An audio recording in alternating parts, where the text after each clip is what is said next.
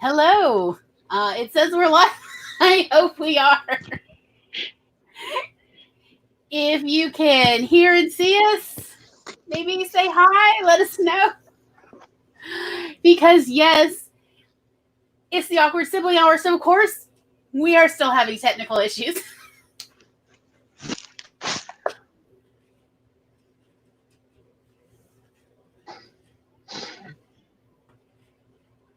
All right.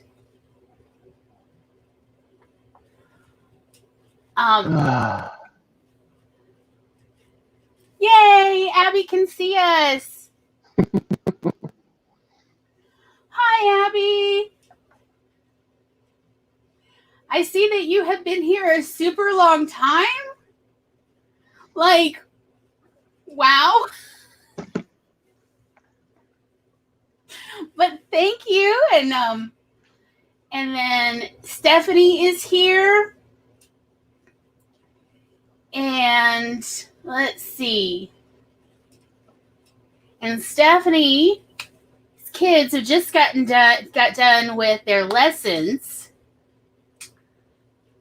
Let's see. My oldest is nearly done, but she is more independent. I can definitely relate. I used to be a teacher, and I too was homeschooled for, well, the second half of high school when I came back from boarding school in Canada because I'd skipped grades.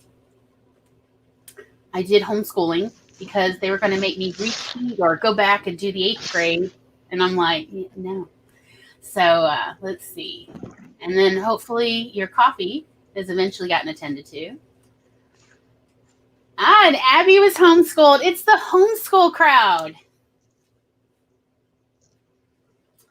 Let's see. And Stephanie's husband was homeschooled, which, that's cool. I mean, homeschool did not used to be very popular. People always looked at me funny. And then Charlie's here. Hi, Charlie. It's so nice of you to stop by.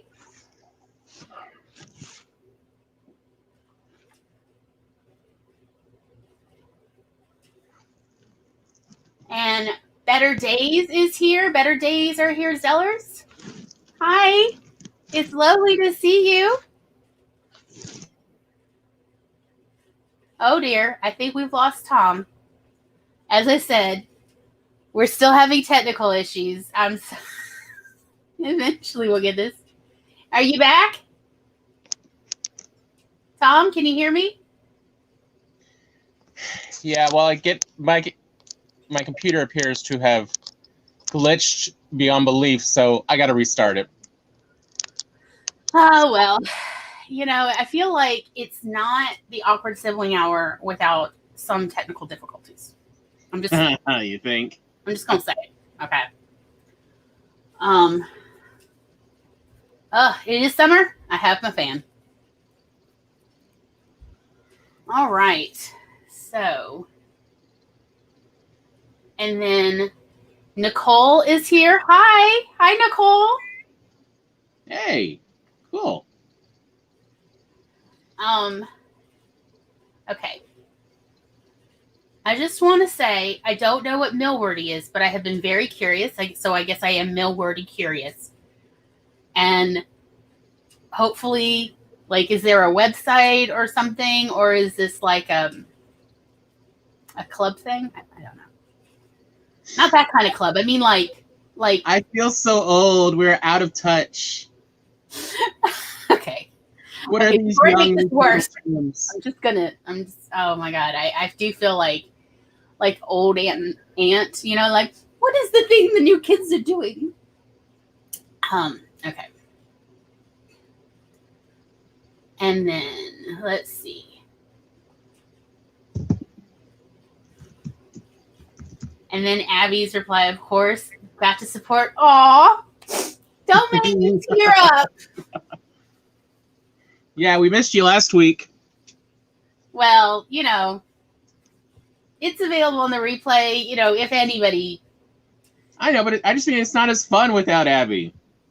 It is true. I mean, I've literally been like thinking the last week of, while, you know, I was busy passing kidney crystals, I was thinking, you know, maybe there's like another way to get to visit with Abby.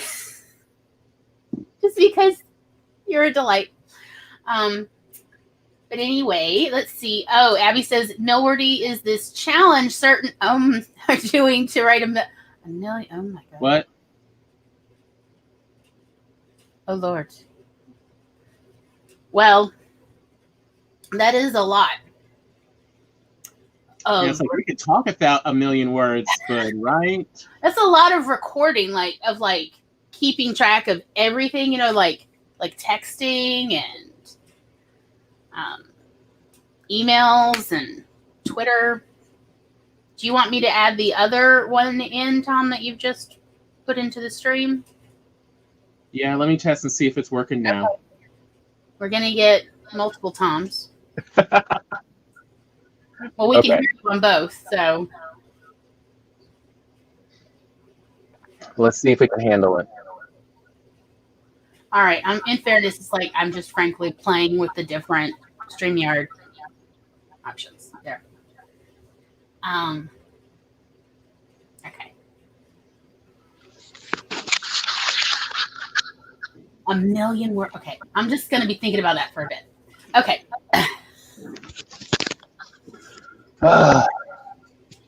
Try this another time.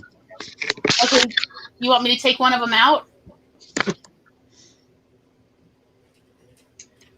No good answer here. Do you want me to mute one? Yeah. Okay. Are you mute? Yeah. So you want me to mute the tablet or One what? sec. All right. Let's try this. Okay, that's nice. I can only hear one Tom. Yes, that's an improvement. Okay, so that's something. However, was not expecting to show that, so I'm just gonna move the trash away. Don't look at my terrible bookshelf. Okay. All right. Oh, my word. A little flustered at the attention. Maybe. Yes. Yeah, everyone. She had a small breakdown when she saw there were people already lined up Stop, to watch. I actually got out of StreamYard and got back in because I thought somehow I'd ended up in the wrong person's StreamYard account. Anyway. Yeah. Not important. That's how this works. Charlie has told us about her interesting life choice to, I guess, commit to Millwordy. I'm really fascinated. Will there be vlogs updating us on this? Because, like, I don't know that I could commit to recording, like, keeping track of all the words that I write in everything. But I would love to, like, watch other people's experiences. So, there, I said it. You know, just to see, like, well, what is that like? And do you get tired of the record keeping? Because, like, I have so many, like, plans, and then at a certain point, you know, whether it's with the planner or my filing system, there's a certain point where I just get tired of it. And the only time my filing system has continued was when I literally hired someone else to just file for me at home. And she had like 7 years of filing to do. I'm happy I could keep a college student, you know, not having to do real work for months. Almost a year, actually, now that I think about it. So anyhow, aw, Charlie, okay, y'all have got to stop making me tear up. I'm just going to admit I'm not used to people like saying sweet and lovely, compassionate things to me all the time, particularly if there's a recording device. So anyhow, okay. By the way, if you don't want them looking at your yeah, I gotta keep trying to. Well, now I say you can put us all side by side, and since there's 3 tabs now, it'll just go into the center of each one. Like this? Yeah. I feel that this is like some sort of weird Inception thing, and I have mixed feelings about it. I'm frankly ambivalent. After all of those little short comedy shows from when everyone was stuck inside their house for a month or two at the Right. beginning of this year, I just feel like I'm in the middle of a comedy show. Okay, well, it is true that earlier today when I was binging At Home with Amy Sedaris, I was thinking, oh, I feel like that. I feel like I'm doing a super low-budget pandemic version of At Home with Amy Sedaris, only it's, at home with Gloria and Tom and all their technical difficulties. Hey, as long as people can follow along, we'll make everyone feel better. I hope we can help people feel better about themselves. Or at least comforted that they are not the only ones having technical problems. All right, let me try to actually get most of my cheek in this thing. Okay. The cheeks are important. It really defines our family features. Aw, Abby. Seriously, I am not used to this much love at once. Y'all are just doing it to me on purpose now. All right. Oh, Charlie is planning to do vlogs about this. Oh, cool. Oh, that's really cool. Oh, a dwarven bureaucrat at heart. Oh, all sorts of thoughts. I know y'all don't know this, but Tom, when I was trying to originally teach him to make bread, oh God, he only made dwarven war bread. So if you're familiar with Terry Pratchett, then you know that this is like a lump of baked dough that you could brain someone with. Like sort of like a flattened cannonball. And Tom was very talented at this. It actually, one time we were like, well, let's see if we can slice it. Maybe inside it'll be fine. And we broke the knife. So I mean, that was when we were like, oh, it's dwarven war bread. So, dwarves at heart. We can relate. Yeah, we're definitely not elves. No. But anyhow,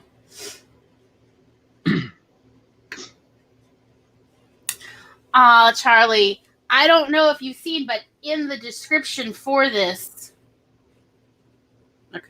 in the description, you are listed among the people who helped me to feel included in this community. And I'm very grateful. And so there is a link to Charlie's channel here. And I want to say, well, anyhow, how about we do a quick sprint and it will give me time to, I don't know, blow my nose. Just saying.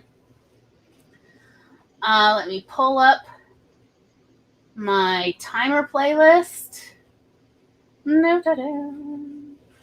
Who shall we go with? Whoever I've actually found. Oh, things are loading slow today. I do not know what this is about. All right. Maybe a 15-minute timer? Thoughts? Opinions? Yeah. Maybe? Yeah, it's the beginning one. It's to get you stretched out and ready for all that writing. So, I feel like such an old lady here of like, okay, children, let me find how to do the sharing thing.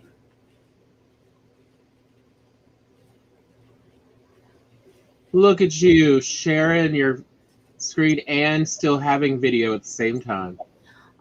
Yes. Okay, let's go.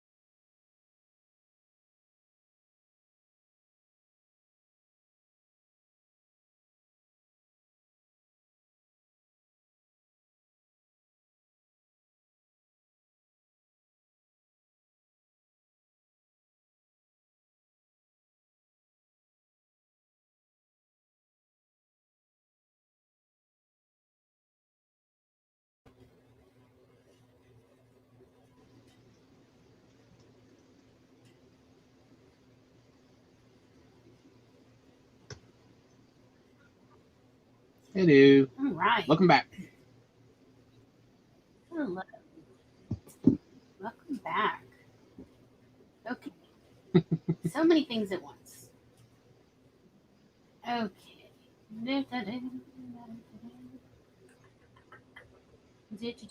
So many things. Okay. Did I do it all right? I don't know. There's so much going on. Okay, I can kind of hear you, so that counts. Yeah, you were really soft to me as well, so I was like, let me just turn up my volume. Am No, I? you were Maybe fine it's afterwards. this. It was just when you were. How do I I guess sound? maybe it's just because you were closer to the screen. Like further. Yeah. Oh, because I was further away from. Yeah. Okay. Let me try scooting back so that I can be closer. Hold on, does it yeah? I can be closer to my mic. Hello, beautiful. All of my crooning fantasies are coming true. Okay. So, shall we talk How food? did we? Shall we talk food? Oh, I thought that we'd first see how everybody's doing. Oh, yeah, good point. I have no memory. I know, me too. That is why all I did was do a thought dump of all the things I was thinking, oh, I need to do in order so that I could eventually write words that are not tasks. Because that's part of my process is the reason why I like to start with the 15-minute sprint and then after that do 20-minute sprints is because the 15-minute sprint is pretty much just to do like a thought dump of every task that is like filling up my brain and not letting me think clearly, inside of a story. Yeah. So that's what I was doing. How about you?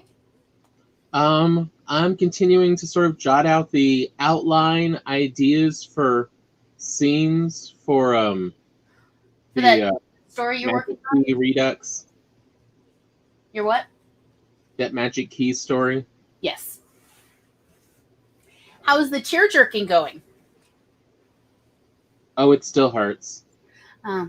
Well. Every time he goes through a door and every time he leaves people behind, it's like, oh God, why?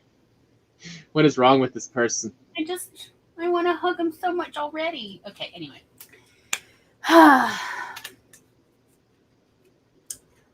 Okay.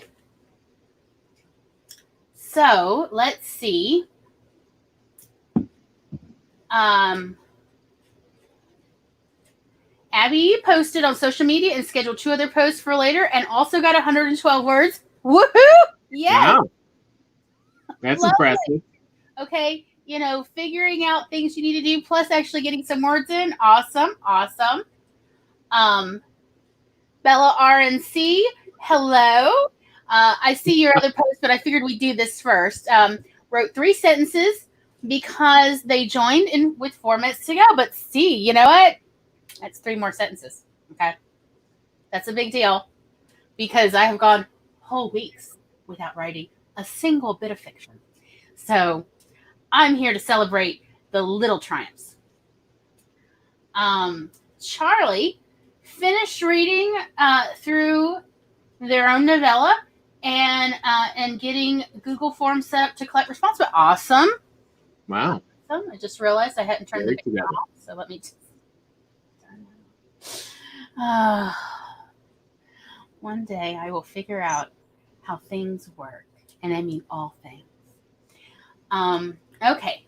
So, and then, yes, Tom said 162 words. Fantastic. I did not count. Where is it? I just literally wrote things. So I did not count it. It was a steno page.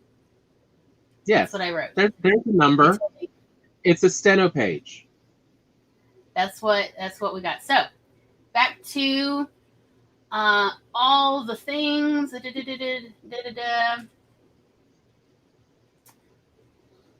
Did I put this one up? I read it. Yeah. Okay. Yeah, you did. Aw. Yeah. Yeah. And then Abigail. You got to get used to the kind words. So sweet. I mean, I wish I could bottle part of like her thoughts up and just open it anytime I'm like having a down on glory moment. Okay. Anyway, and then yes, I live in Mississippi. It is the I have moved on from grass allergies. I think they're mostly out of season now, and I've now moved on to goldenrod and what's that other one? How about the spores? I mean, How about what? We've had it raining for like 2 weeks plus. The mushrooms are blooming now. Yes. And I think sorghum is starting to also, it's like about getting ready to bloom, or not bloom, but the sorghum harvest will be coming in soon. And again, that gets it going. So, but that was not why I needed to blow my nose. It's because of all the nice words made me tear up. So, because I have feelings even when I try to pretend I don't. But anyhow, on to Terry Pratchett. Yes, life goals. I agree. When Terry Pratchett passed away, I really cried. I was glad that he wasn't in pain anymore. But yes, I was very sad missing him. And one of the vampires, I can get behind that. I happen to actually the photographer is, the Black Ribboner. Yeah. And as a photographer, I'm very much like, there is a person who is truly working on their art, even though it causes a lot of personal sacrifice. Always having to become ash to get the shot. Once he figured out to keep just a little vial of blood in his pocket, it really... Still, I can't imagine that feels good. I don't... Anyway. And then, of course, the other... I was thinking of the lawyers, but the lawyers are zombies. I forgot. So that was... But I do like the whole Uberwald stories. Anyway, I could go on about that forever, so we're going to move on. And in fact, we will actually be revisiting that. Hold on, I actually have this written in my steno. Let's see. Books About the World will be episode 5, September 14th. And we will be talking about Terry Pratchett, among others, along with Douglas Adams and the Hitchhiker's Guide series, Auntie Mame, Patrick Dennis. So we will be talking about several of these on episode 5. Stay tuned. Anyhow, sorry, but since I was just looking at that, I'm like, I'm trying to learn how to be a good producer. Okay. And then Nicole Swanson back. Yes, we are both autistic, spina bifida. I mean, like, I think it's cool anytime I meet other people who are not, mainstream, because I think it's really interesting to hear lots of different people's perspectives. But I don't mean it's cool. Hey, spina bifida, yeah. I mean, all right, I'm ruining this, but just know I'm sending love, and I'm so glad you're here. And I was diagnosed when this is the weirdest one, but do you remember that early 2000s movie? What was it, Shallow Hal?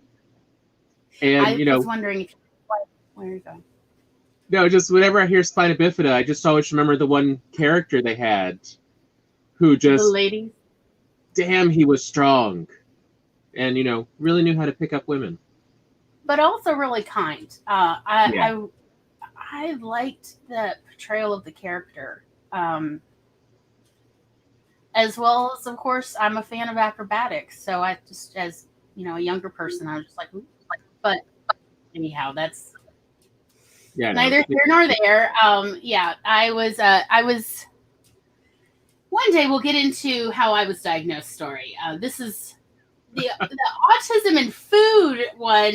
We wanted to be sort of an upbeat, fun episode, so we won't talk about that right now, but we will at some point. And then hello, Bella, a fellow autistic. Very nice. I don't know. I've been here for not that. A while. I'm going to be honest.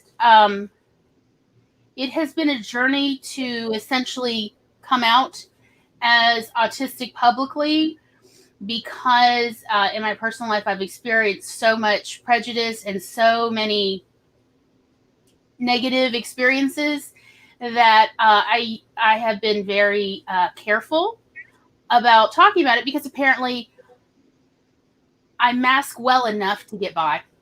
Oh yeah. Well, thank you. I'll take that as a compliment.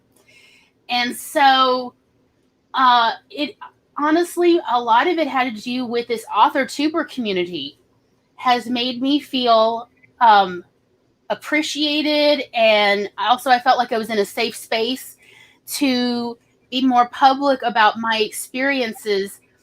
And also I came across some very well-meaning writers who were trying to portray diverse characters and needed some help.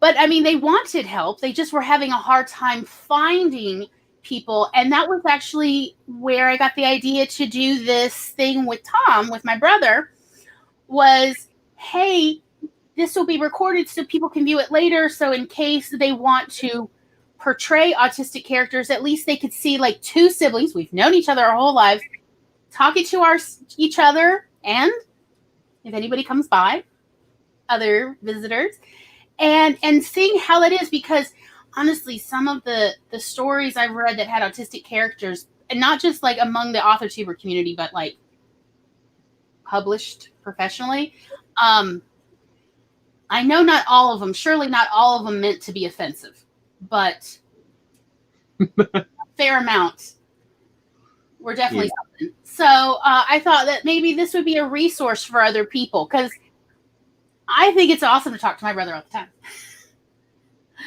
So we do it a lot. Yes, we are best friends.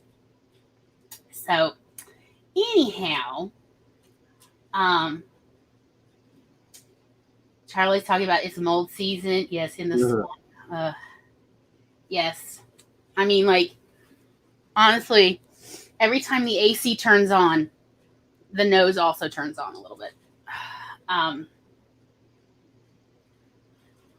Nicole, if you would like to, that would be awesome. It would probably be better than either of our explanations. I mean,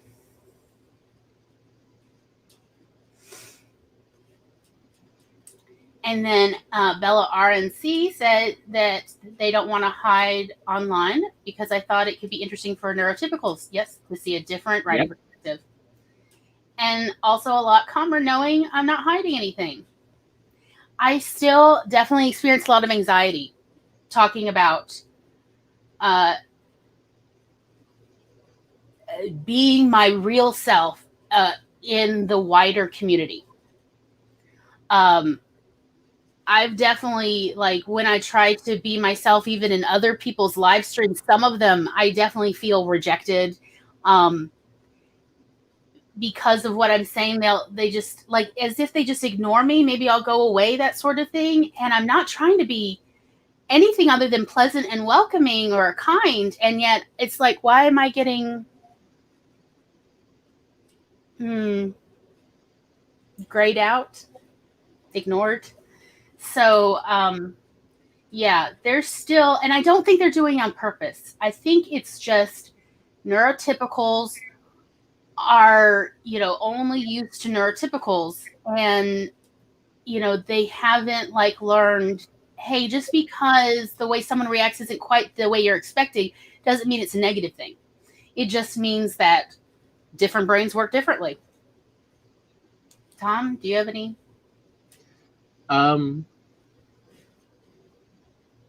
Not a lot. I mean, I've seen what you're talking about, and also, since we do have a bunch of new people here, probably a good quick explanation as well about, one of the thoughts we had about doing this is because, you used to work at the library, and there were so many times, back when you were working, at the front desk, where, you'd meet someone, a parent, who had a recently diagnosed autistic kid who had such a surprise reaction when they found out you were autistic. Oh my God, the things doctors will tell parents. Yeah. Their newly diagnosed kid.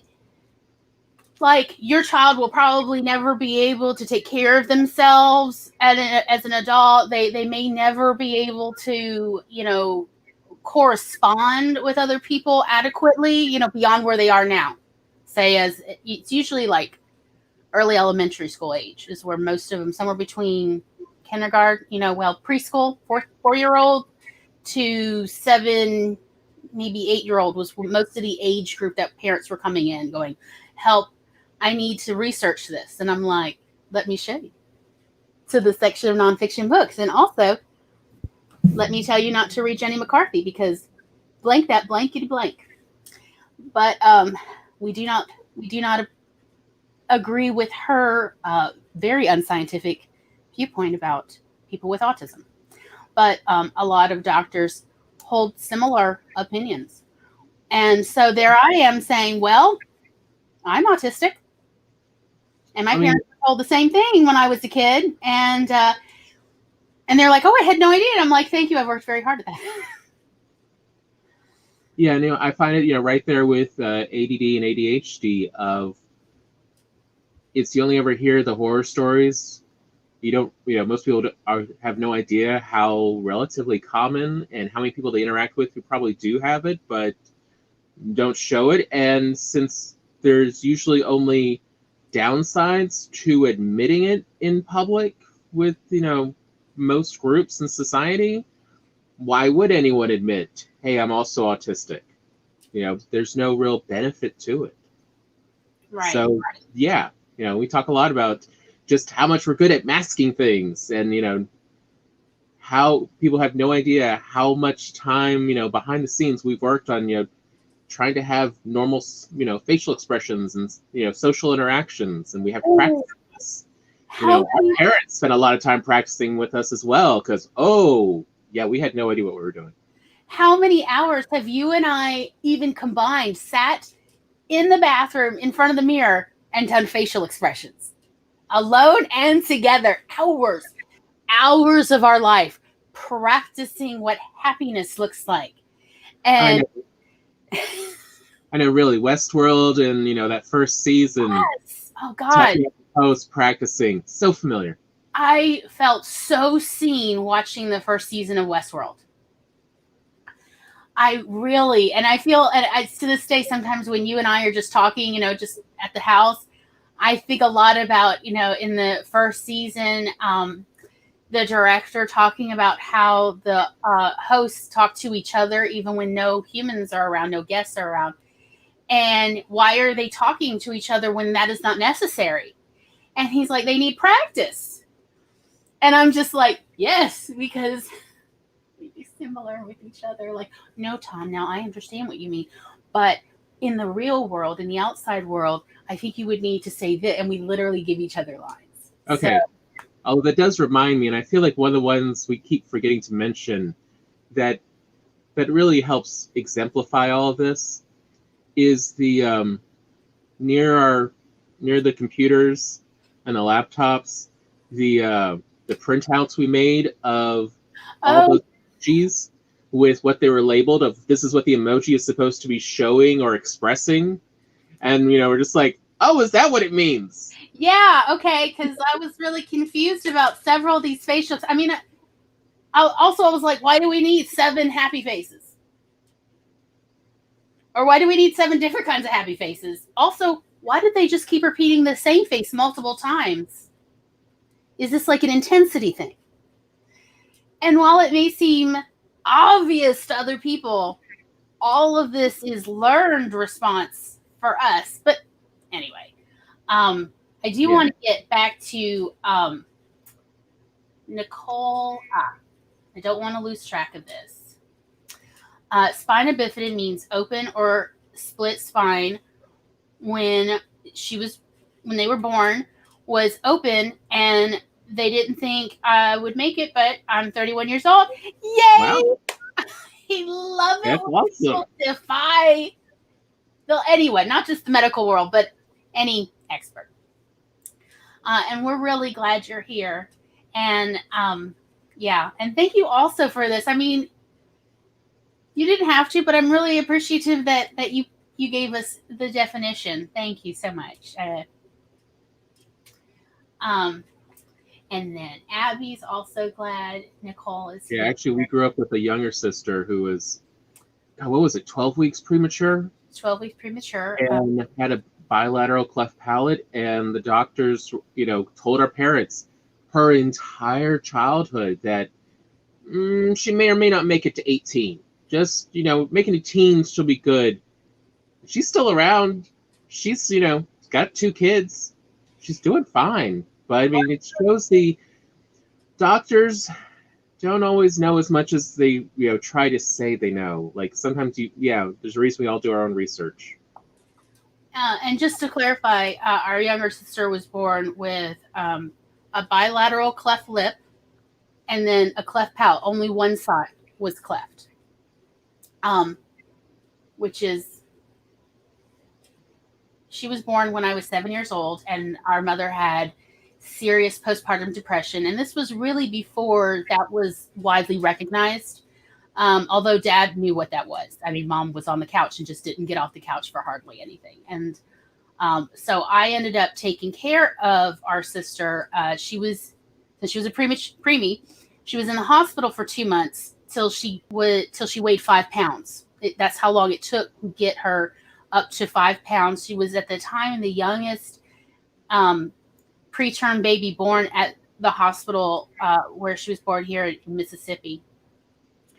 And we because of the bilateral cleft lip and the cleft palate, she couldn't form a suction on a bottle or a breast. So we fed her through a syringe with a rubber tube, and so because Mom was so depressed, I did a lot of the caregiving of her, especially when I wasn't at school, and so she was really my baby in many ways. And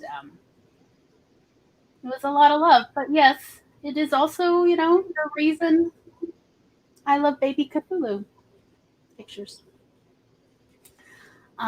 Because while other adults saw her and were not... We lost a lot of babysitters. I mean, because when our sister would smile, as an infant, as like a 3 or 4 month old, the sections of her lip would curl independently. And I thought it was adorable. I thought it was the coolest thing I'd ever seen. I mean, I was 7, and other babysitters would just up and quit literally that day. We went through, I think we went through a total of 18 before Laylee had her surgery when she was 5 months old. But yeah, at the point, it was about 14 babysitters that we went through that were just horrified. So we like the people who defeat the odds. Anyhow, Charlie says that she was nervous talking about her PTSD, depression, dysphoria, and anxiety. But they are a part of who she is. And we should be ourselves to the point where we're comfortable and share our truth. I absolutely agree. Yeah. I have PTSD as well, chronic PTSD at this point. And I can definitely relate. And I've also felt very self-conscious about sharing that as well. But we had talked about it. Okay, I'm going to do it again. Episode 4. September Next week is Autism and PTSD. So we hope you'll come back. Yeah, do all come up. It does all come up. It's interesting how it's like autism is a lens through which so much is shown. And, we still haven't talked about food, and sorry. It's time to give everyone a break. And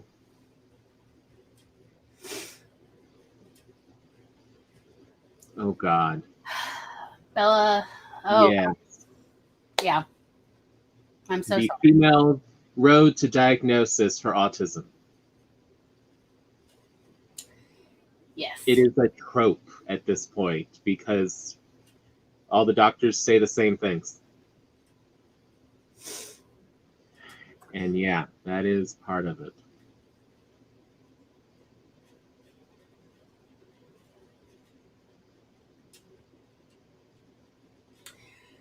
I guess the doctors have to prepare you for the worst case scenario. Like, they can't say they'll be fine when there's a chance they won't be, because then they could be sued. I mean, like, I understand that doctors are told that and they believe it. I also think it's an erroneous approach to take. Not criticizing anybody in our chat, but I mean, like, I think, like, from a medical institutional perspective, it's an erroneous perspective to take of, oh, I have to prepare you for the worst, rather than saying, at least saying it could be good, it could be middle, or it could be rough. Instead of like giving people a more holistic approach, but instead, no, here's the worst. And that's all we're going to talk about. Right, and that's all we're going to spend time talking about. I think that's where I have an issue with it, but I absolutely agree. And in fact, that was the thinking, I think, behind why I was taken away from our parents when I was diagnosed with autism for several weeks. And the excuse they used, because back then, a diagnosis of autism, since autism was believed to be caused by maternal neglect, it was the excuse for removing parental custody. So, anyhow,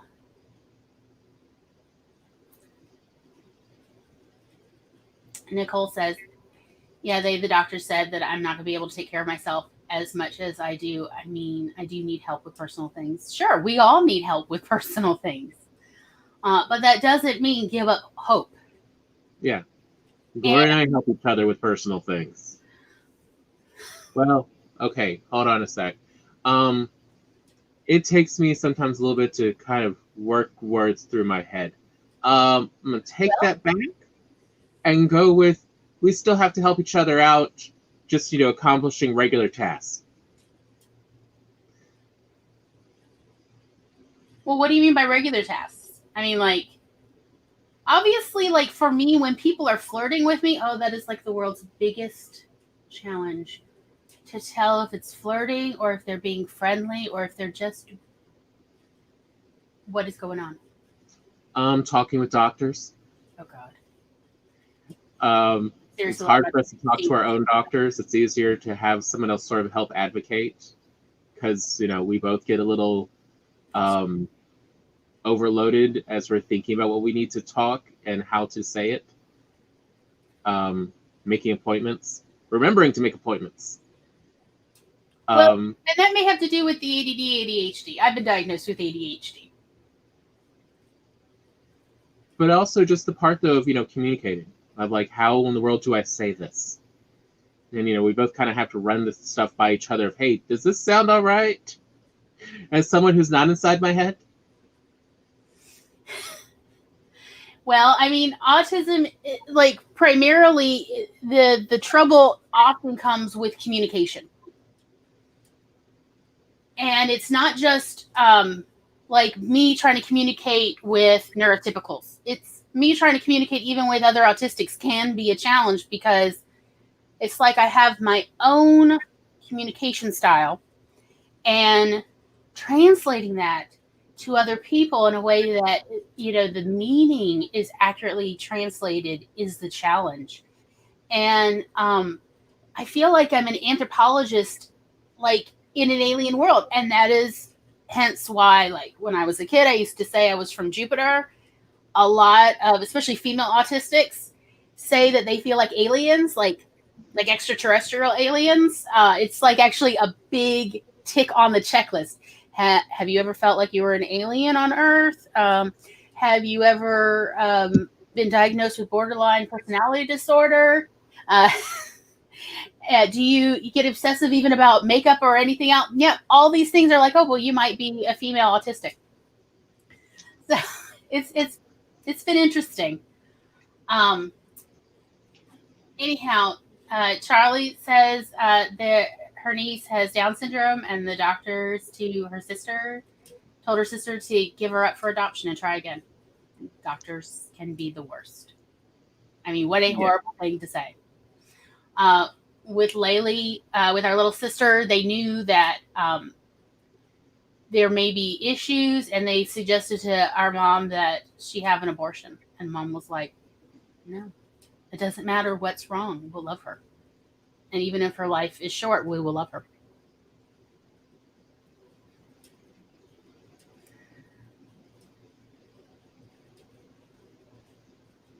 Yep. Got to write it down. Oh. Yes, I have a million notebooks. I have a million.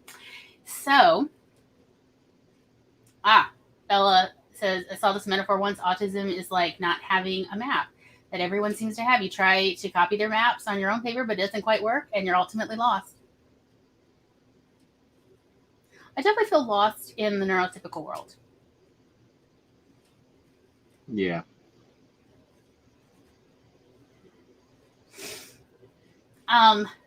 Should we do a sprint, or should we actually talk about food? The ADD. Okay. Maybe we should try to at least appear like we are doing writing. I know at a certain point I'm like, why do I keep doing the sprint thing? Like, why? He claims it's like for often stuff. Two people who just love to talk.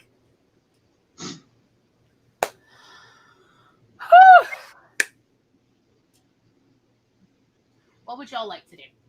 Fair enough. I mean, you're here. Tom and I can talk to each other all day and all night.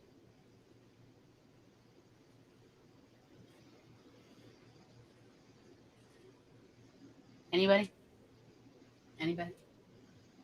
Because I'll just talk to my brother. Frankly, for hours.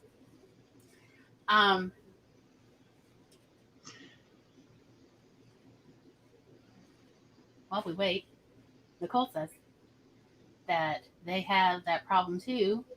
All of what we're talking about right now. Okay, that's cool. Such a problem with it, and that's how people say, Yep. And okay, so I have this theory about people who make us feel stupid, and that it is them who has some sort of issue, not necessarily us, because why would a smart person try to make anyone else feel less than? Okay, that seems like a dumb thing to do for several reasons, including socially. It seems like, why would you want to exclude somebody? I mean, what is this about? Well, I mean, that does actually bring up one of the things we came across recently about, narcissistic relationships. Oh, gosh. Y'all. And the power trip, that it's always a power dynamic. And, like, this is all we saw growing up, with our parents. But, between the two of us, most of the time it's like, well, thanks for letting me know. I'll keep that in mind about you for the future. But otherwise, okay. I don't care, but to use this as some kind of leverage or some kind of, way to say I'm superior at this or that, I don't care. Right. I'd rather get it done. Exactly. I don't even care who gets the credit for it. I just want to get things done and move on, other than our conversation. In which case, let's take all the time we need. I can't help it. Okay, seriously, I was born late for vaudeville, but gosh, I love. Okay, Charlie is having life and is suggesting we live our best lives. All right, shall we just go into food then? Sure. You know what? While Charlie's eating, all right, let's talk about food and how it is like. Why? Okay. All right, hold on. I got one first. Okay, I'm ready. This is talking about autistic and, getting your life, working everything. So we start off just with the wonders that is the modern electric pressure cooker. Okay, this is the Gospel of Tom, and he wants to talk about the Gospel of electric pressure cookers. Hey, you love it too. Oh, I do. I love it. But I mean, instead of talking about food first, let's talk about the devices. It leads to a lot of the foods. I mean, okay, in fairness, Tom has several degrees in network administration and, computer hardware. and my background, although I'm the one who, I will say this as his older sister, I taught him every basic thing he knows about computers. And those were my first jobs, were actually fixing computers and replacing, say, A drives. If you're old enough to say know what an A drive is, raise your hand. And all of that, and also how to debug software. That's where I originally got my start. However, my degree is actually in psychology, specifically childhood psychology, childhood development, and education. So, of course, from the food perspective, I am very much interested in the psychology of food. I love it. I think it's amazing. And yet so much of like what media and so many people like have this very mixed relationship with food. And I have to admit, even my relationship with food is strange. I love it. And yet I totally forgot to eat today till an hour before this stream.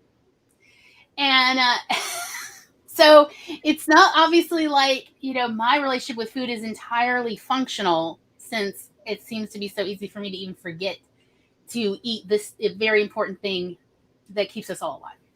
So anyhow, but I mean, just a part of for both the qualities of, I'm also ADD, and I forget things, and it saves me time, but also I can put everything in there, set the settings, and then I don't have to remember to take it off the stove or tend the stove or the oven and, destroy the food. It just automatically goes to chafing as well.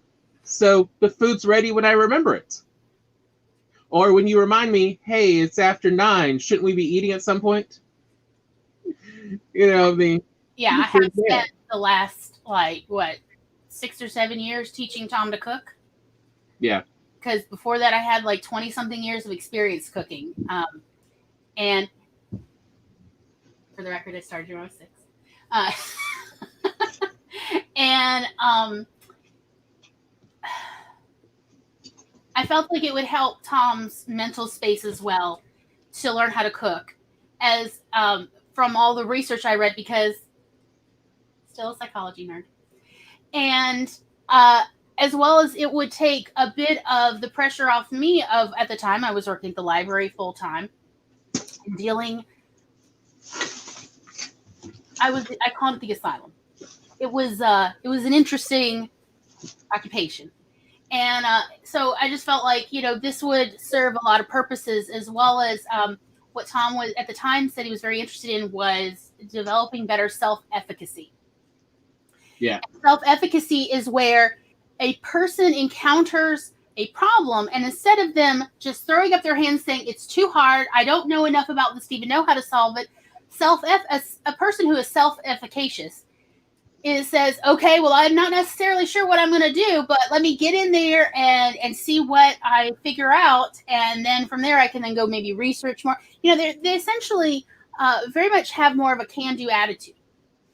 And since my, unofficial minor in education was actually on self-efficacy in students and helping foster self-efficacy among students who have really essentially been going through the school of hard knocks, like students in juvenile detention facilities and so on, who really, have very much a learned helplessness situation that they're struggling against, how to help them do more with their life the way they want to than simply be a victim of their own life.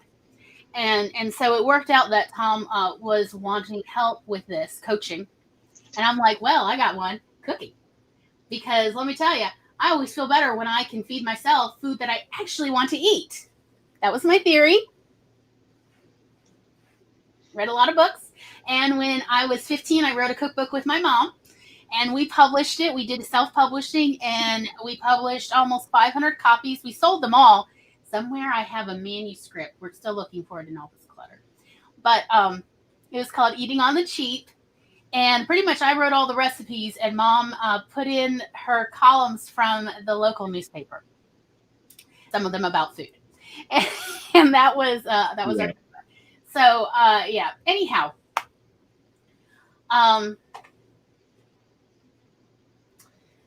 So let's see.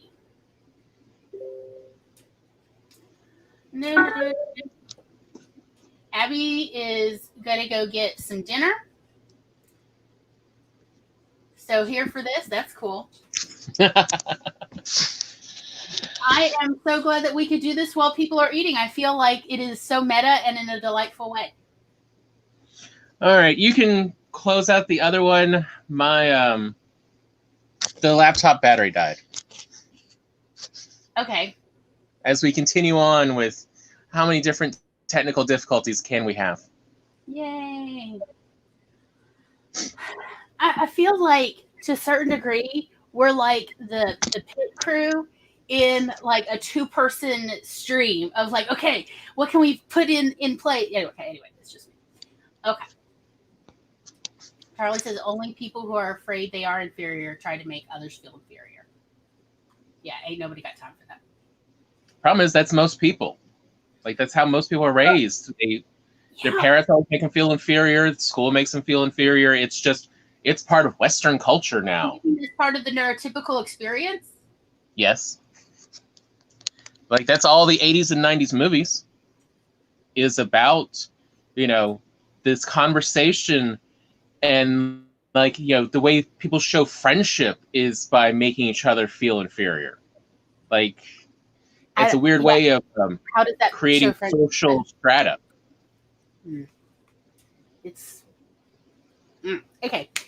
Nicole says people made excuses for why they didn't want to hang out, and with them was another thing that bothered them. Yeah, that would bother me. I know that, like our stepmom, she was blind. She's passed away, and she experienced that all her life of people making excuses for not hanging out rather than just being upfront. And it's like, what does the blindness have to do with social life? Anyway. I got a degree in psychology because I'm an anthropologist here, okay? And people make no sense. That's why I got a degree. It was like, I was hoping that someone could explain it better, and it turns out, no. Okay. Megan, hello, Megan. Megan is here for the food chat, just working on edits. Charlie says it's her first job. Not sure which one. All of the above, possibly. So it seems like Charlie is a very versatile and talented person. I'm betting it's the computer replacement drive. Or the deblogging, because or So the network administration. I literally had to get out of an MIS degree program because I could not handle that level of sexism and misogyny. It just was so palpable. It was just like, I don't want to do this. I would rather just babysit for the rest of my life.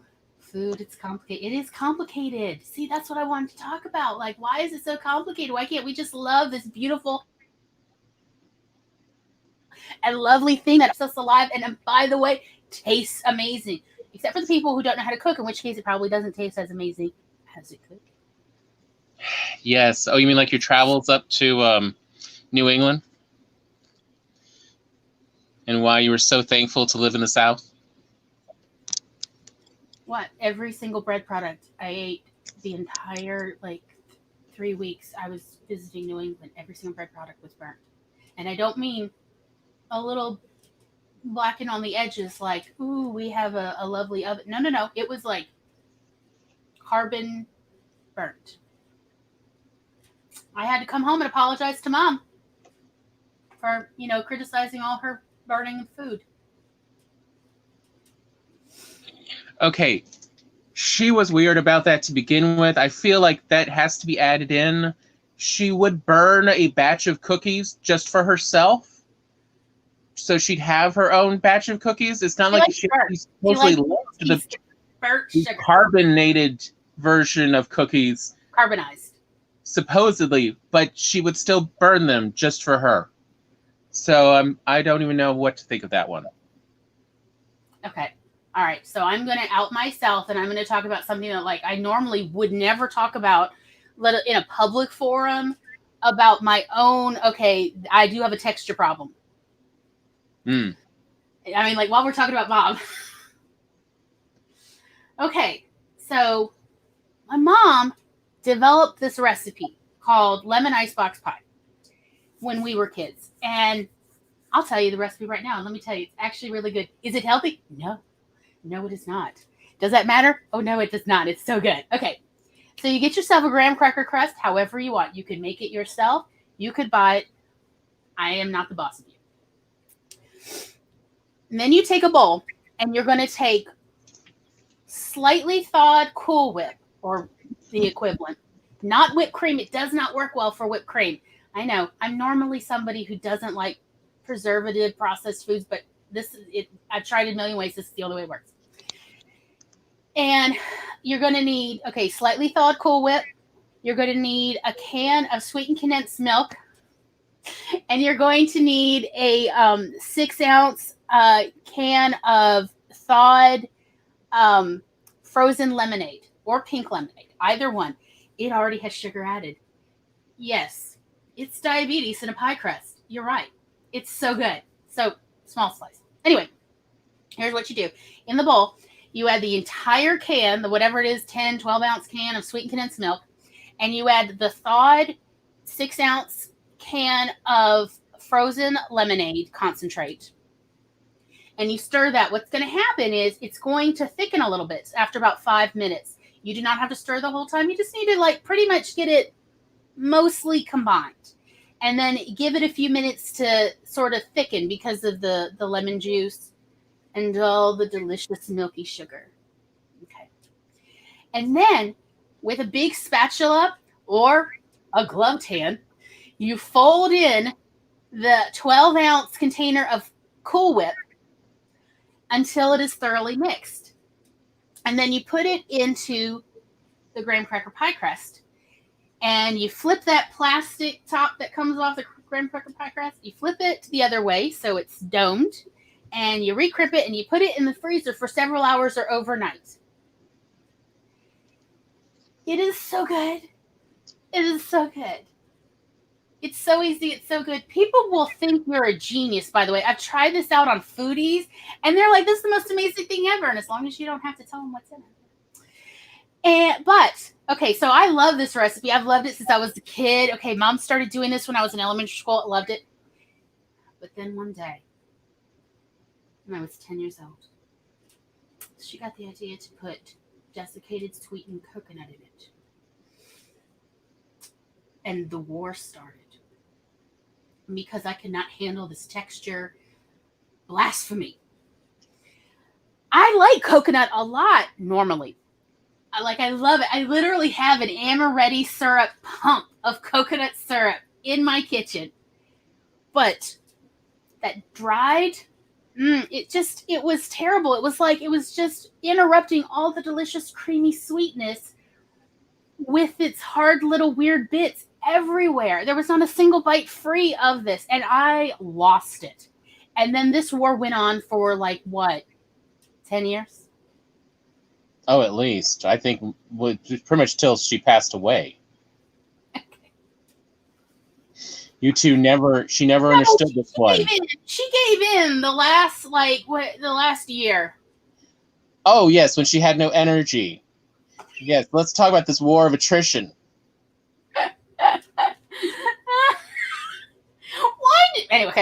Anyway, so that's the recipe as I see it. And then Mom's addition of coconut. If you like it and you don't have anybody with texture issues, you're fine.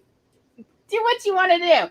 I love coconut cake, by the way. I do not hate coconut. It was just, it interrupted the delicious, creamy, fluffy, frozen texture. And all that tartness. Oh, it's with the sweetness. It's so good. It's so good. It's so good, y'all. Okay.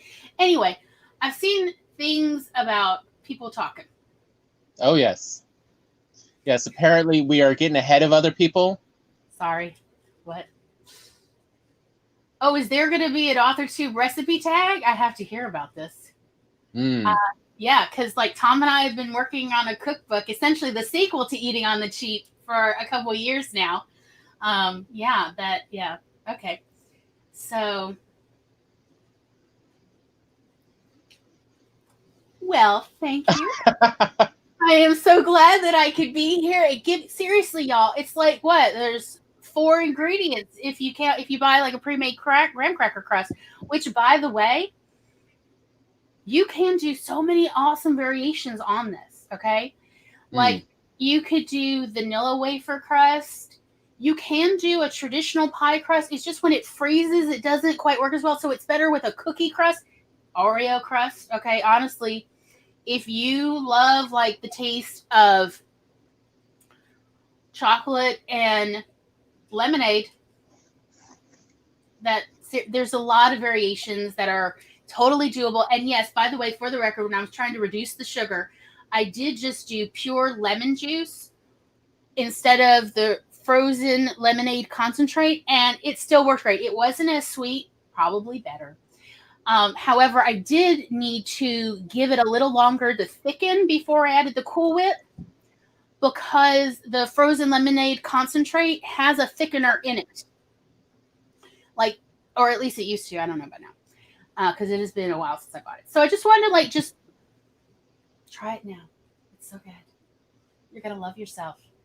I mean, your blood sugar might not, but you will. Okay. Try this sweet for cream cheese and lemonade for lemon jello. I have had magic cheesecake. It is quite good. It is a different kind of horse though, because the cheesecake gives it like more of a dairy tang. It is a different flavor, but it is still excellent. And I think of it as all these like southern frozen dessert idea, which I am not criticizing. I love living in the South for the food. Yes, with the texture. Hate chewy foods. Mushy foods, but mashed potatoes are sacred. Totally agree. Hate when the food is wet or covered in sauce. Our father did. Okay, so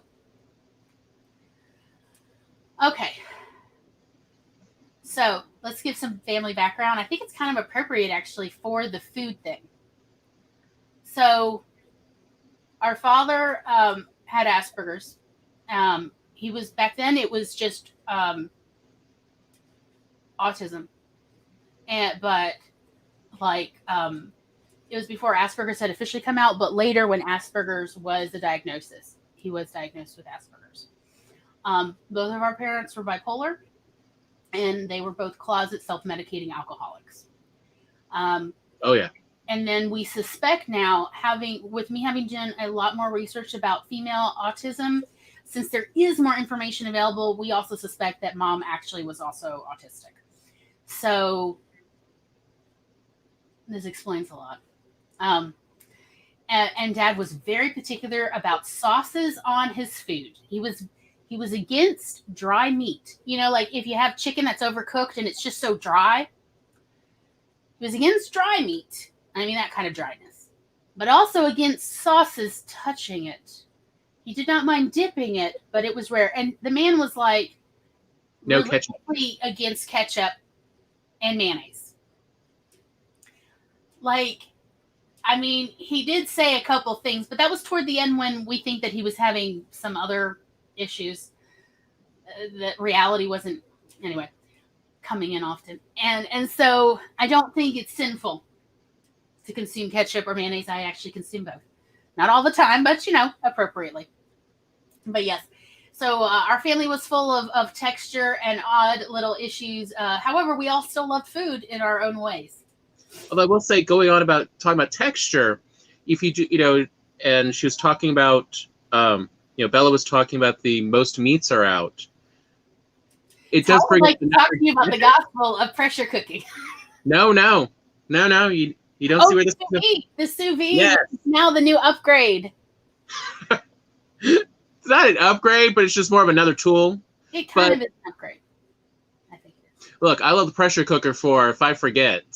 Well, okay, what I mean is like the meat in the pressure cooker gets you a certain level of tenderness, but it does not get you that gelatinizing connective tissue option necessarily that the sous vide is always seems to able to deliver. And that's what I mean about it being the upgrade. Okay, I got you.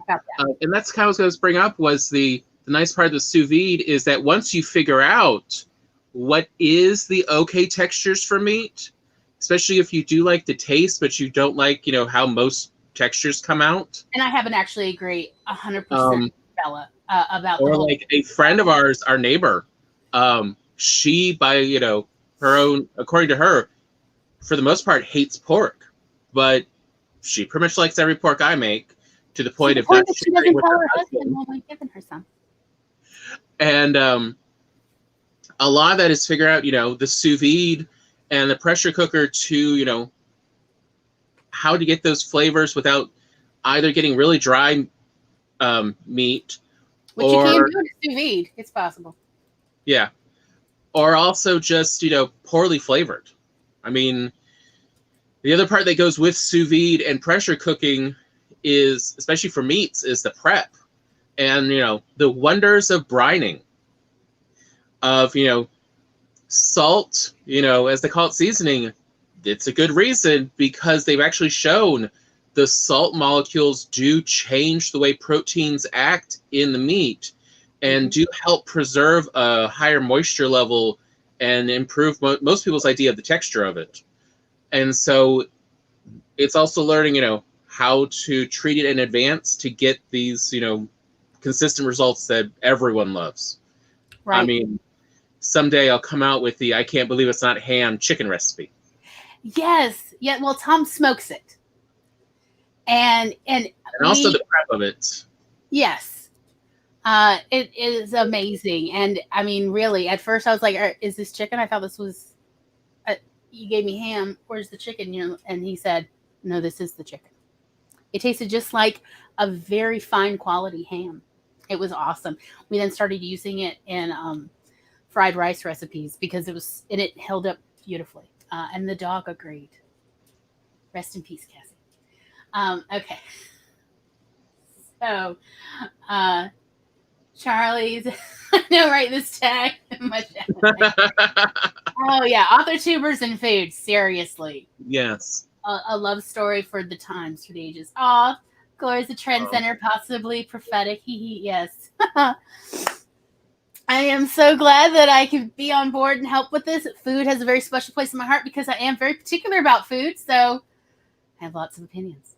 But I'm not one of those people who just complains. It's like, no, how can we make this better? Hence our, ain't nobody got time for that chicken curry in a hurry. Yes. Right, because I love curry, but again, ain't nobody got time for that. Especially butter chicken. Which I have reborn into sort of a Creole recipe. But look, I had Bangladeshi Nothing wrong with it. And they thought it was amazing, so I'm going to take it as good. And, there was the, where are they from? The people came through from Florida with all the animals? They were from Bangladesh.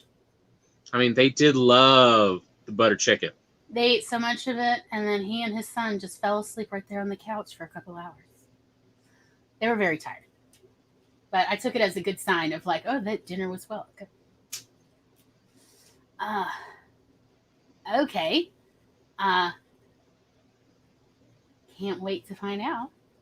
Oh, a lemon Oreo crust? Oh, yes, for extra lemony. I didn't even think about that. But, I mean, like, if you're ready for the lemon overload, it is going to be amazing.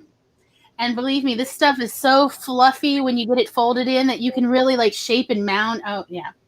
We used to make all sorts of shapes. Except that one time where I made it in the shape of the from Close Encounters, the monolith or whatever. And then Dad was like, no. Yeah. Yeah.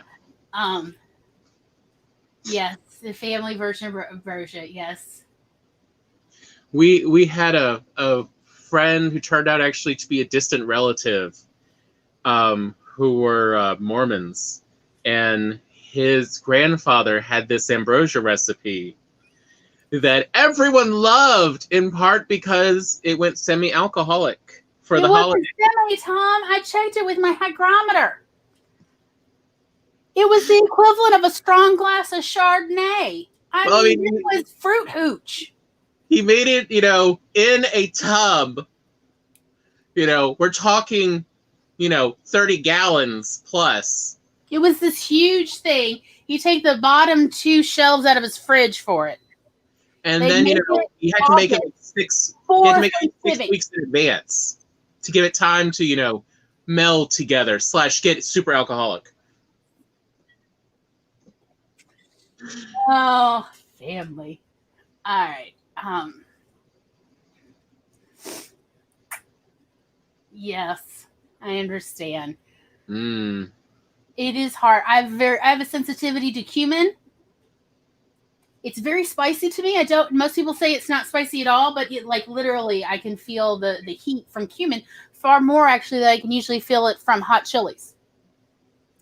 So I have to be careful about the cumin, even though I love cumin because of that. And there is some, burgeoning research that part of autism may have to do with some neurological sensitivities.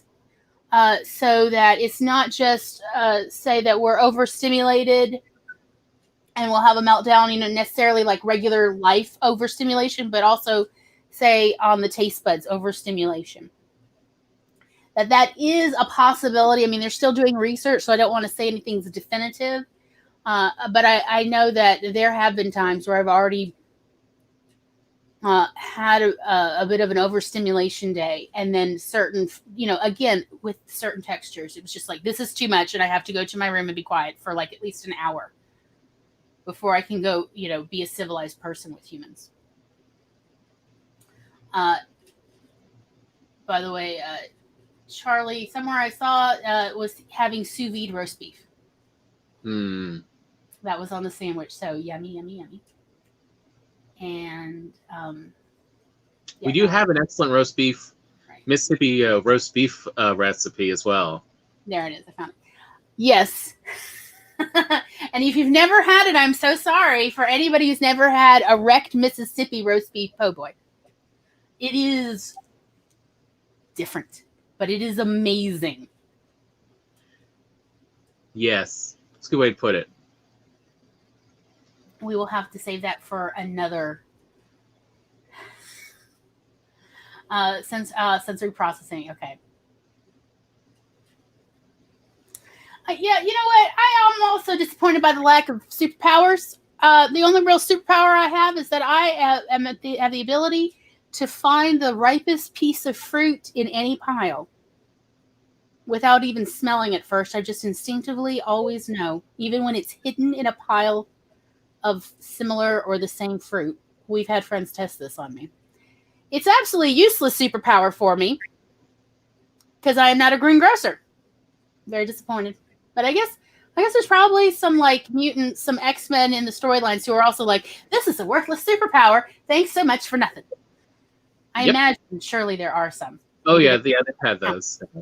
Instead of being able to use their superpower for anything interesting, they're like, well, I'll just go into, accountancy. That's my theory. Yes. Bring out your food's particularities. Wait, so is it also the taste of fruit, or is it just the texture of fruit? There's a lot of different textures. Well. Right? Or fruit in other forms, Southern peach cobbler. With or without the cake mix. Or what do you call that?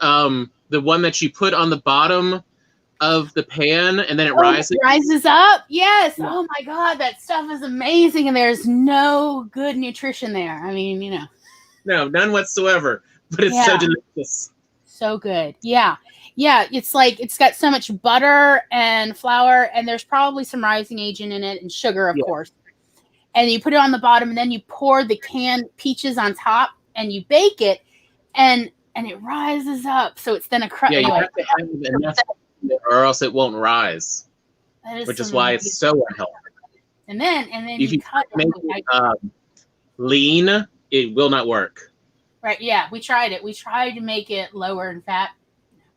We tried to add more fluid, like milk even, a little We tried a bunch of different options. We have not succeeded in those experiments. And also, let's be honest, at a certain point, we were like, why are we beating ourselves up for this?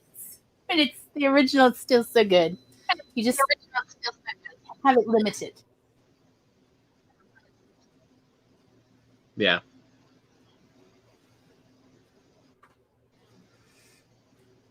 Okay. Nicole says just the texture and some veggies. Understand, and again, like that is where I've been seeing a lot the last year with sous vide blogs talking more and more about here's the temperatures for different textures because it's a way to handle this for a lot of people, including with the vegetables. Like they're actually talking a lot more about sous videing vegetables because what's the texture that you're happy with? Well, here you can repeat it every time.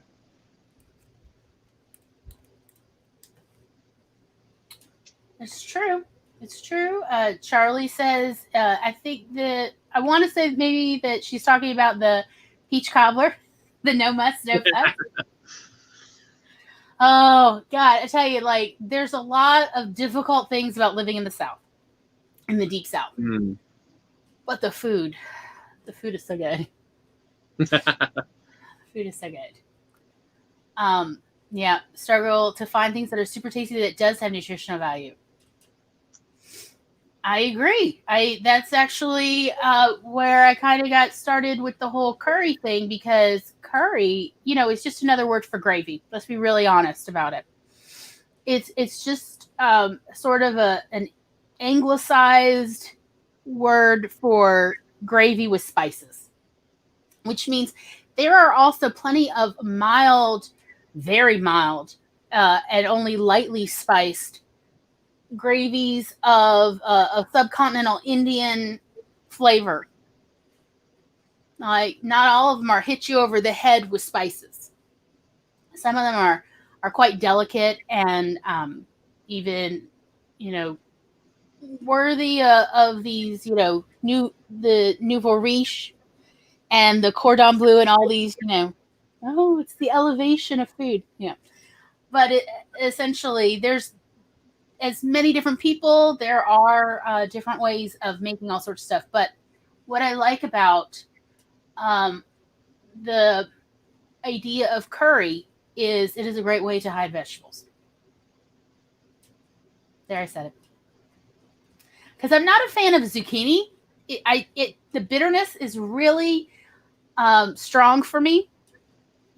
And so it's a great way to get zucchini in.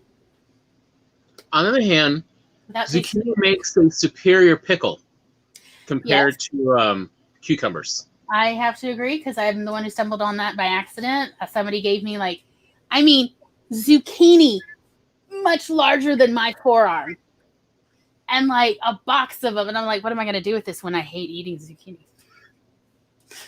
And I had been wanting to try a sweet and sour pickle recipe and a bread and butter pickle recipe. And so I thought, well, I'll try the zucchini then. And it turned out it held up better than cucumbers and it tasted amazing. So I canned a bunch of it and it was fantastic. And most people couldn't even tell that it wasn't cucumber other than it really keeps its firmness without any taste of alum. How did you do it? So, anyhow.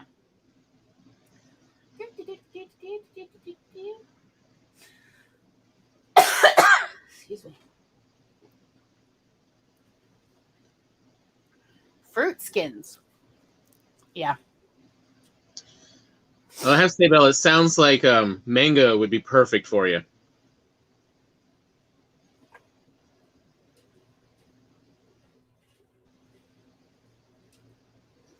Used to make a dish that she called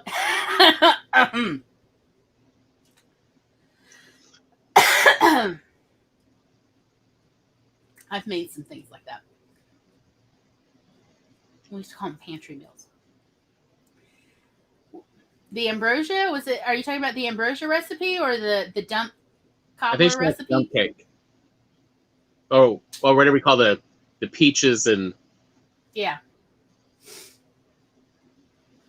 God, that stuff's so good. So good. And you can use other canned fruit as well. I've tried it with pears. I know a lot of people with texture issues are like, pears are the devil. I get it. But we've tried it with canned cherries, the kind that don't have dye in it, because I can't handle red 40. And it was super yummy. And in fact, excuse me, I got this tickle. We also did it with chocolate cake mix instead for the cherries, and it was amazing.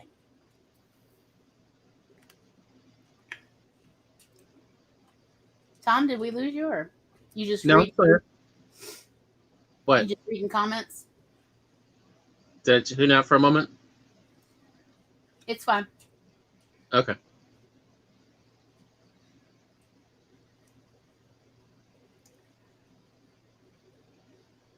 Yes. Okay. In our family, when we were growing up, and I have to actually say, I don't think this is a bad idea. That's why I'm sharing it. Our parents had the rule that any vegetable we had on the plate, you only have to take one spoonful of. You do not have to eat any more for the rest of the day. That's it. One spoonful of any vegetable on the plate, you're done. You're done. And so that was our rule. There was no complaining. There was no fussing about it. You just had your spoonful, which of course you made sure people witnessed. And then you were done. You didn't have to eat any more of it.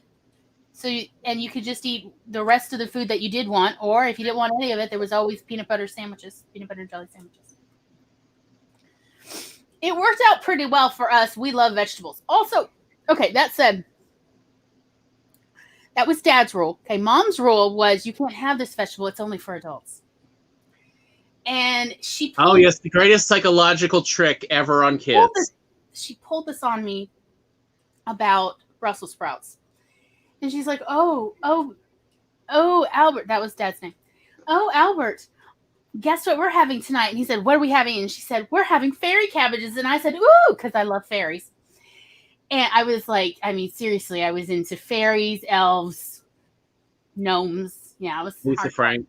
Yeah, I too was a supporter of the Lisa Frank gulag. I didn't know. And I'm like, ooh, Mom said, oh no, I'm so sorry, but fairy cabbages are only for adults. And I'm like, what? No, I want to try this. She said, no, I'm so sorry. When you grow up, you can have fairy cabbages. But right now it's just for your father and myself. And then they proceeded to eat Brussels sprouts in front of us at dinner. Like, I think we had, macaroni and cheese and stuff. And proceeded to go and keep oohing and ahhing how these were the most amazing fairy cabbages ever. And I was like, I want to try and no, I'm so sorry. I cannot. No. It's for adults only. You're too young. The fairies will know. And I'm like, please, come on. I want to try it. And she's like, all right, if I gave you one leaf, will you stop begging? And I was like, I guess so. She gave me a leaf, and I was like, it's good. And she's like, no, you couldn't possibly like it because you're too young. It's only for fairies and adults. And I was like, no, I liked it. She's like, so if I gave you another leaf, would you promise not to tell the fairies? I'm like, oh, I will never tell. I was like 6 or 7. No, we were living at the duplex on Camp Street, so... 7 would have been the youngest. Yeah, 7 or 8. Maybe 7 and a half. Yeah. And I was like, I swear I'll never tell a single fairy. She's like, not even if one asks you? I'm like, no, never. No. What will you say if a fairy comes by and asks you if you ever had any fairy cabbages? It's like, oh no, I've never had any, but I would like to, and I look forward to being an adult and trying. She's like, good answer. Here you go. And gave me 2 leaves on my plate. 2 Brussels sprout leaves. Buttered.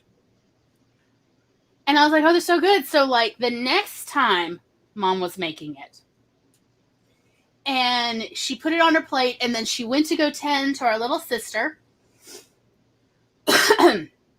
No, I had to have been 8. I had to have been 8 because we were already living at Camp Street.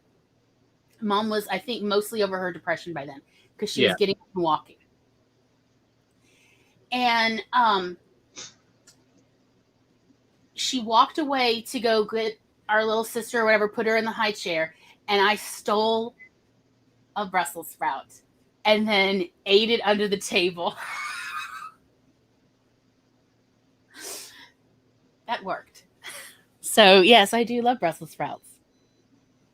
Of course, that said, I love Brussels sprouts in butter and maple syrup, so and freshly ground black pepper.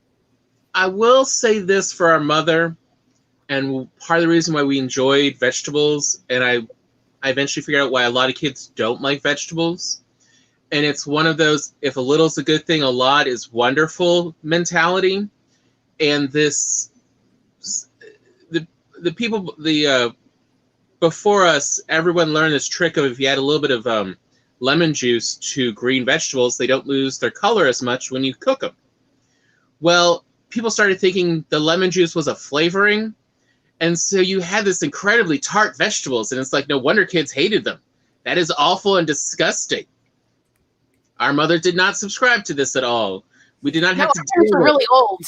Yeah, we didn't have to deal with this whole lemon juice problem. And so just regular green vegetables were delicious to us. And then later on, when we discovered that if you melt Monterey Jack on top of broccoli or especially cauliflower, that shit's amazing. So again, like, you know, we were strange kids. We actually liked veggies. We have no explanation. We were weird. Well, a lot of southern veggies are cooked quite a long time, so they're very soft, but not like cooked till they're like giving up the ghost. Much. Yes, till they've lost all their flavor as well. Well, I mean, like if you cook a cabbage vegetable, it is. Oh yes, when you release the sulfur. Yeah, it is horrifying. So that's what I mean of like, versus, yes, the beans were often cooked to they were mushy, but they were the most delicious kind of mushy. And so, you know, because like butter beans cooked till, okay, yeah, with salt and butter. Okay, it's amazing. You know, and butter, you know, bacon, if, you know, you're the kind of person who likes that, which I do. But yeah, if you cook a cabbage product like too long, it is a sin against humanity. And they didn't do that. Mom and Dad didn't cook anything that long. Mom didn't have that much time. Nah, I ain't never got time for that. So let's see. Okay. Nicole recommends roasting beets or golden beets. I'm going to leave that to you. I taste the dirt in beets. It's a problem for me. It's so strong. Now, that said, I've found that I can stand pickled beets. Yeah, again, and they go well in a salad. Yeah, but it's, again, not that much beets. I mean, like, even though they're pickled, it's just a few slices. But, again, it's just the dirt taste is disconcerting for me because I was told eating dirt was bad when I was a kid. So I keep associating that. I know it has to do with, what is it, myosins or something? I don't know. I had a biology teacher lecture me on this one. It's like, that's great. You still can't get me to eat it. Or rather, you can't get me to like it, but it's okay. Okay, hold up. Let's see. Abigail was, how did it taste? How did she get it to taste like a cake?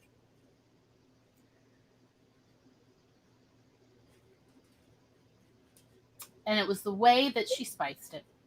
Which, that explains a lot. Right. Since a whole lot of spices, especially what we think of as fall spices, will give it a very brown color. Right. So, I get it. Yep, Abigail's like, maybe if her mom had done that. Yeah, look, I've actually shared this with a lot of people. Like when I was going through the education program, I shared this with a bunch of people who are dealing with picky eaters. Was like, no, they're not allowed. That exclusivity. It's like, use the psychology on your kids. Yes, it does work. Also, fairy cabbages. I mean, if you look at it, it does look like a little mini cabbage. How cool is that? It's only for the fairies. This was back when Cabbage Patch were huge, you know, the dolls. So I'm like, yeah, this makes sense.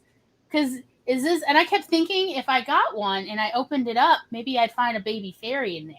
So we should check all these before we cooked them. And that's how I ended up taking over cooking for my family, was so that my mom would accidentally boil a fairy.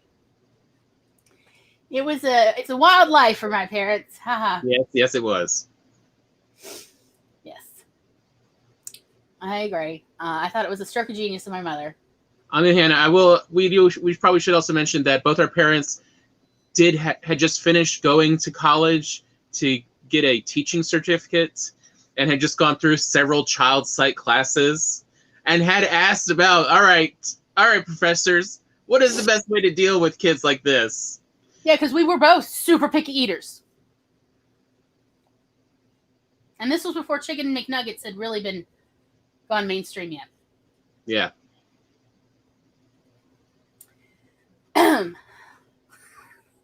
So, I have found my personal experience because I was a nanny off and on for about 10 years. And I often actually was hired to help with children with a variety of diagnoses, including autism and other sensory challenges.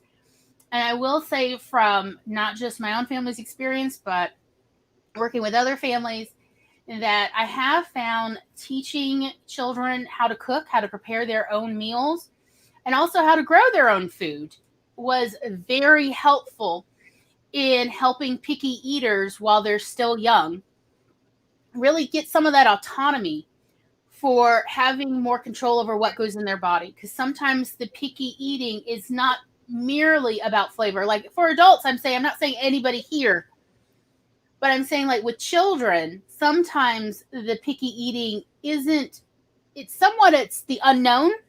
It's something they haven't tried, and they're just not ready to try one more new thing. But when you're growing it, like little baby carrots, those little short Thumbelina carrots, you're growing them in the backyard in a Coke crate, and then you're going to lightly steam them, that they know it's coming. It's not new. They have time to get used to it. It can be really helpful. Plus, of course, they're like, I grew this, so I'm going to try to enjoy it. That does help. I do think, as somebody who's worked with kids a lot, children, no matter if they are neurotypical or neurodivergent, I think that sometimes their issues with food may not be necessarily entirely about food, but about not feeling like they have an adequate amount of agency and autonomy. So finding new and exciting ways to baby step them into more control over what goes in their body and in what manner it goes into their body, I think can be very useful, and also can really help on a bunch of fronts for the children. That is my tiny little soapbox. Thank you for coming to my TED Talk about treating children. Not like little adults, but like children, like actual little people. So, anyhow,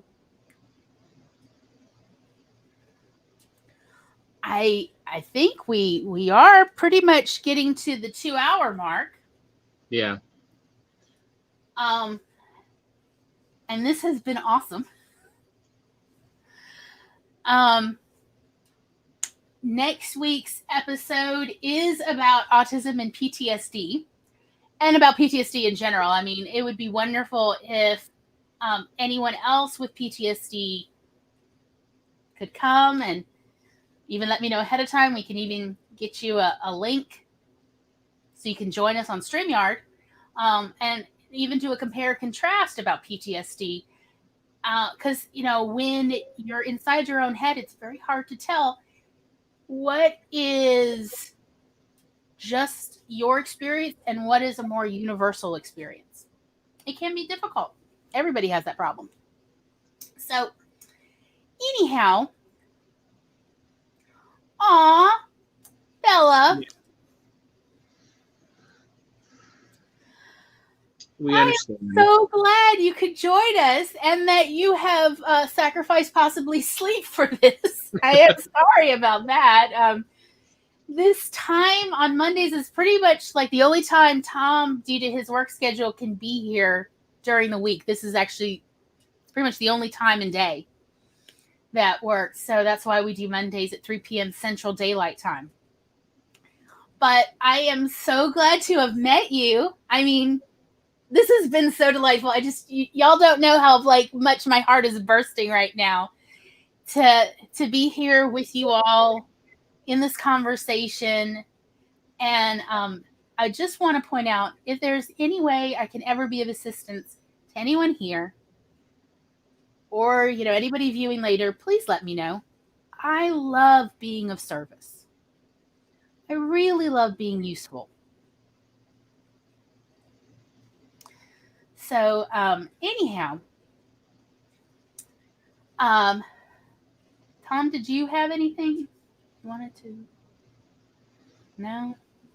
No, especially although you did kind of remind me at the end talking about kids and autonomy and figuring out what you like and differences of, we were just talking, was it earlier today or yesterday, about the potatoes and how we like similar but not quite the same condition of potatoes even. Yeah. How I love mashed potatoes so much. And it has been a surprise to me. What I was saying was yesterday was like, it's a surprise to me that how we often are in the same ballpark, but a different field in our food likes. So like, I like mashed potatoes, but how you prefer just steamed or boiled potatoes. Like essentially mine's a little spiced. Well, I mean, like, remember, I was like, boiling potatoes in crab boil and then mashing them. Yeah. Years ago when people were like, what is this amazing thing you're doing? And I'm like, I don't know how y'all haven't figured this stuff out. This seems so obvious to me. But yeah. Right. It tastes delicious. Oh my God. So second tip. Okay. Or third tip or whatever we're on. So if you can get a little crab boil and you like a bit of spice, try flavoring your water for your potatoes that you're about to cook, flavoring it with crab boil or Tony Chachere's or any of these types of Creole Cajun seasonings. And of course, add as much spice as your tolerance is. And then, you do the same thing normally. You just drain it and then mash it. So good. It's subtle. Like, it's not hit you over the head, but there's a little bit of tang, a little bit of nuance of the bay leaves and the spices. It's a little bit of... Old Bay seasoning would also work. What? Old Bay. Old Bay, yes. Old Bay seasoning. I mean, also, quite frankly, you could, instead of all of that, you could use your favorite curry blend. Yeah. I mean, it's a totally different flavor. You're not going to get the same flavor, but there's a lot of fun and cool and exciting things you can do with humble. Yeah, maybe some other time we'll talk about the magical recipe for everyone who hates pimento cheese, the pimento cheese spread that everyone loves. Yeah, well, we worked on that a couple years. Yes, I'm very proud of that. That was a lot of experimental work. I mean, not that I was sad about the experiments. Yeah, so we now don't ever mention pimento. We just say cheese spread because people are like, I hate pimento cheese. And it's like, this doesn't taste like anything you've had. Right. And it's so good on sandwiches. Yes. Okay. So, Tom, would you like to do an outro? I'm drawing a blank. Did the food talk take it out of you? Was it and all the conversation and everything going on? Yeah, I'm a little lost at this point. Yes, well, Charlie's gotten a bunch of work done, which that's really awesome. Wow. Very happy. Very happy. That's awesome. And Abigail loves pimento cheese. Seriously, like a sister from another mister. I mean, I know. Seriously, Abigail, we need to just get you on our Telegram group. Yeah. Because we have so much in common. Yeah, we do have a food research. Okay. Yes, we do have a Telegram group, and all it is like, we actually have a bunch of Telegram groups that are like various kinds of food research. So there's veggie food research. And then there's just general food research. There's also beverages, both the alcoholic and non-alcoholic kind. There's all sorts of, because. And then just our, dogs group, cats group, and all that's just cute and sweet.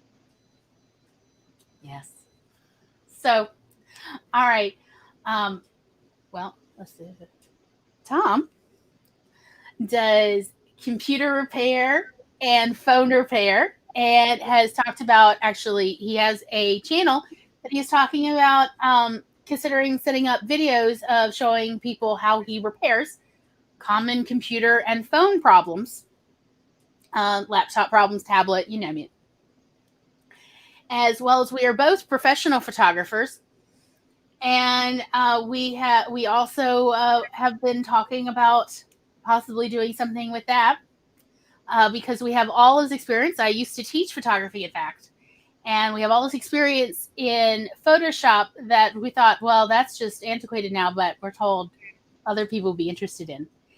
And I've been writing off and on for, let's see, the first thing that got published was in middle school, and I won honorable mention for that, and that was, 30 years ago-ish.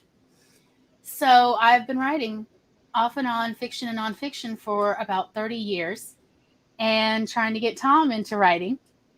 And so that is our outro. So sorry, it can't be better, but maybe next time, if you'd like to. Maybe next time. We would love to hear your contributions. My social media is down below in the description, and we are doing this every Monday, at least through the middle of October for this season. If you have questions, if you have comments, please let us know. Feedback is our friend, and thank you so much for coming. Please tell your friends. All right. Good night, y'all. Good night.